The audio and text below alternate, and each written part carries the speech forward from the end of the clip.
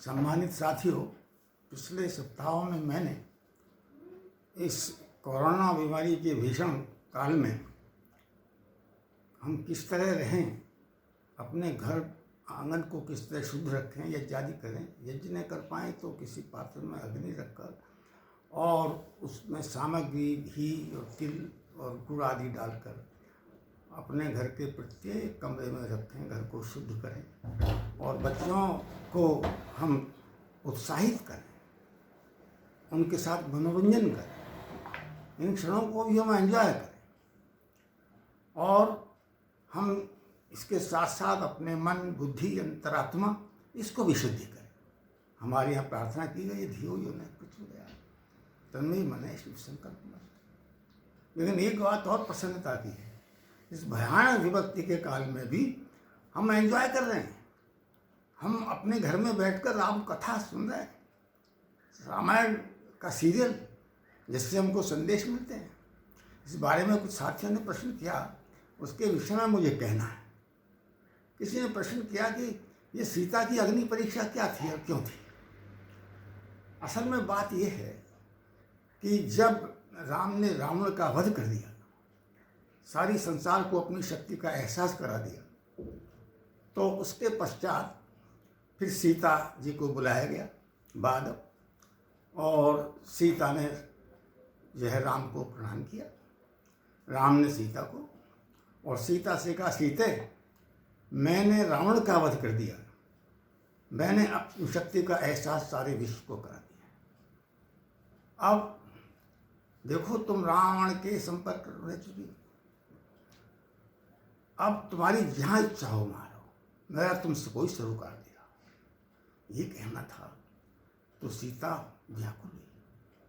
आप देखिए, सीता जैसी पवित्र पत्नी के लिए राम द्वारा यह कह देना कितना कष्टप्रद रहा। लेकिन सीता भी कम नहीं।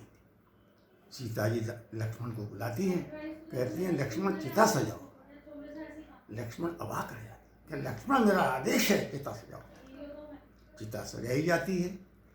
सीता जी चिता की परिक्रमा करती हैं, श्री राम की परिक्रमा करती हैं और अग्नि देवता को संबोधित करके कहती हैं, हे अग्नि देवता, तुम पावक हो, पवित्र करने वाली हो, और मैं भी कम नहीं हूं, मैं पतित पावनी सीता हूं।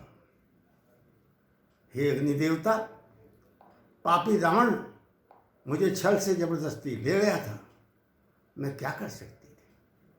लेकिन हे अग्नि देवता, मैं तुम्हारी शपथ जो है लेकर कहती हूँ कि वो पापी रावण केवल मेरे शरीर का ही स्पर्श कर पाया, मेरे मन का तनिक भी स्पर्श नहीं कर पाया। हे अग्नि देवता, अगर राम के अतिरिक्त आज तक मेरे मन में राम के अतिरिक्त किसी अन्य पुरुष का ध्यान तक भी नहीं आया हो, हे अग्नि देवता, तू आज मेरे लिए शांत हो जाना।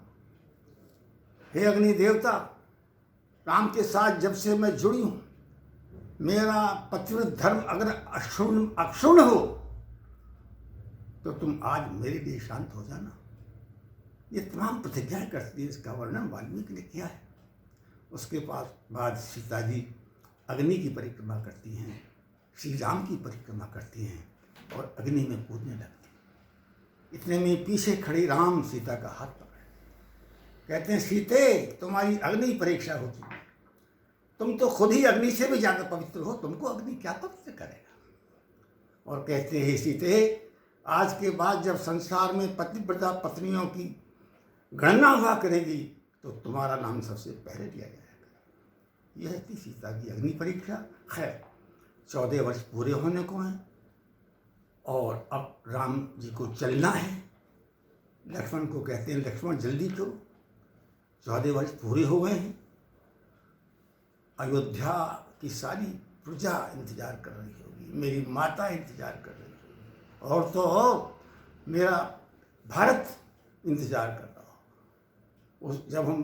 जब वो आया था वन में और मैंने उसको समझा बुझा के लौटाया था, तो कह गया था, भाई अगर 14 वर्ष के पश्चात तत्काल आपको अयोध्या में नहीं देखूंगा तो मैं अग्नि में प्रविष्ट हो जाऊँ, चलो जल्दी तैयारी करो।